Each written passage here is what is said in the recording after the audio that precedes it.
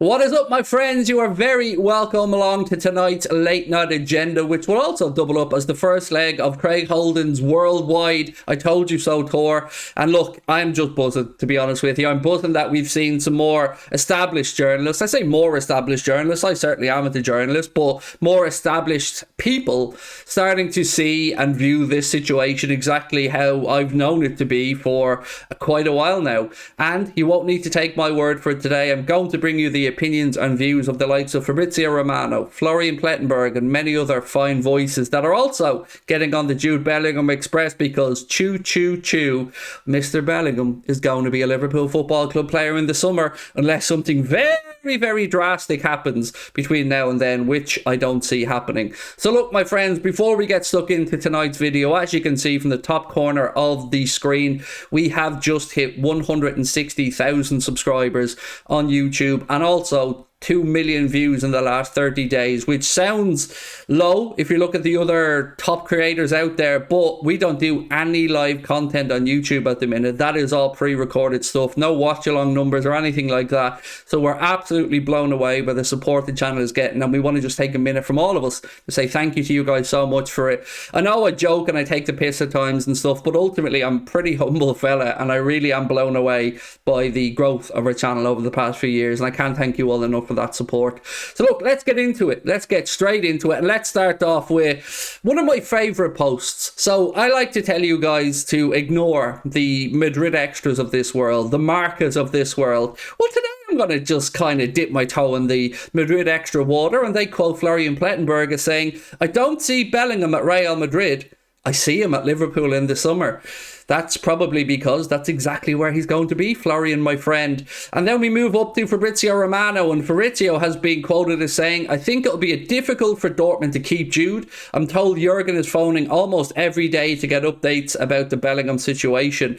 No real surprise on that one because, you know, Jurgen wants this over the line. He wants it to happen. Now, I don't believe that Jurgen has spoken directly to Jude Bellingham, at least to my knowledge, but it has been reported that Julian Ward has spoken directly with Jude Bellingham, and I think, if I'm not mistaken, it was Florian Plettenberg that broke that. So just to give credit there where it's due, he said the situation of Liverpool and Bellingham is hot.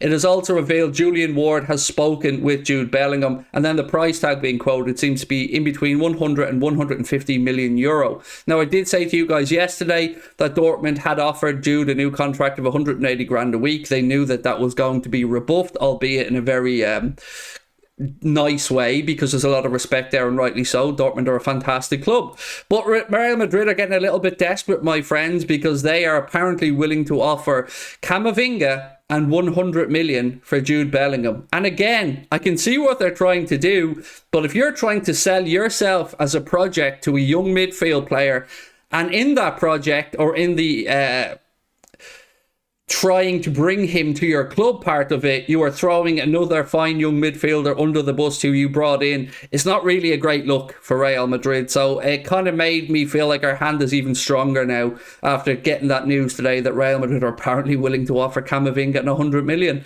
Camavinga is a fine footballer, and I could see what they were trying to do at Madrid there. Camavinga, Tchouaméni, get their French heartbeat in the midfield, and now they're willing to throw that player under a bus to try and get Jude Bellingham, who they won't be getting. So what type of a signal does that send out, Real?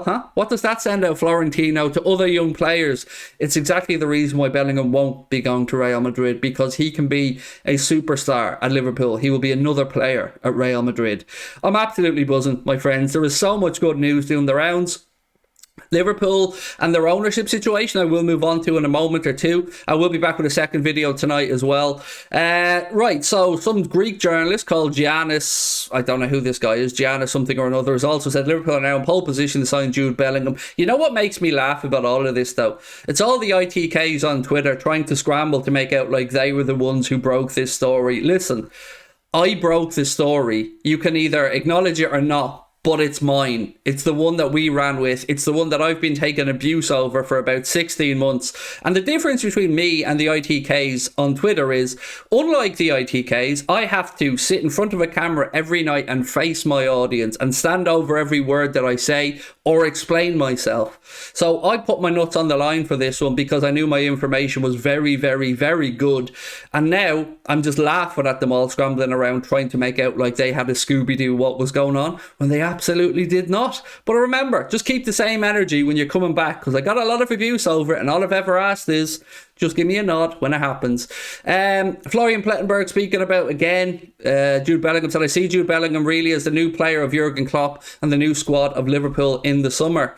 It's great news, isn't it? Now look, we are a long way from this being completed in any way, shape or form. There is still the big hurdle of Liverpool agreeing a fee with Dortmund, the structure of that fee, but the money is there. The money is available, and whether that's going to be FSG that are finally having to pony it up, or they're going to take on investment, that remains to be seen. Now, there is an update coming from the Echo around the ownership situation, and the Echo have said Fenway Sports Group are seeking new shareholders at Liverpool, with a full takeover of the club now looking less likely.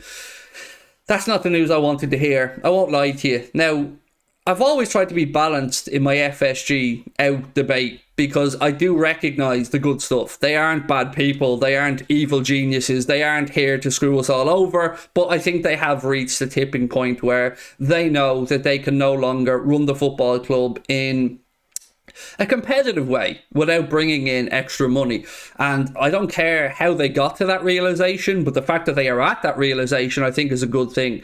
So it remains to be seen whether QIA or that Qatar investment authority come back in, whether they take a minority share with a view to a full share in the future, or whether somebody else will come on board with an offer that intrigues FSG. So we're going to have to wait on that one. And full disclosure, I won't be the guy to give you that news, because I have nothing on this. I'm just a fan like everybody else when it comes to this, and I'm not even going to claim that I've any knowledge of it. I do not. There are far better sources for the ownership stuff than me. I've always been honest and said the information that I do get never comes from the English side of it. So for me on this one, I'm just a passenger. I'm just waiting to see what happens. Now, we have still been linked with Caicedo as well. The price tag there seems to be growing. It seems like they've turned down a 55 million quid offer from Chelsea, and they want around 100 million. That's what's being reported. Now, I don't think he's worth that, and I don't even know if Todd Bowley and Chelsea are that crazy to spend that much money, because if you're looking at that much money, for me, just go try and get Enzo. That would work. Enzo and Jude, that would do very nicely. Thank you very much. So it is exciting times, but ultimately what matters most to us now is the events that happen on the pitch. And we've got Brighton coming up in the FA Cup of the weekend. I don't want to use the word revenge, but certainly the players will know that they have a lot of wrongs to put right. So let's wait and see what happens. I'm cautiously looking forward to the game on Sunday at 1:30. We are, of course, doing a watch along of it over on our Twitch channel. Hope you can join us for that. But right now, my friends, I just want to say a quick thank you to you all again for your support. I will be back with a second video later on tonight, giving you more of a roundup and some more information. I'm off now to do my live stream, but I look forward to your comments in the comment section. Please do drop a like on the video, and of course hit that subscribe button. But I think you can start to really get excited now, my friends. It is looking more and more and more evident that Jude Bellingham will be a Liverpool Football Club player in the summer and will be groomed to be the next generation Stevie G. Much love to you for your support. I will talk to you soon. Bye bye.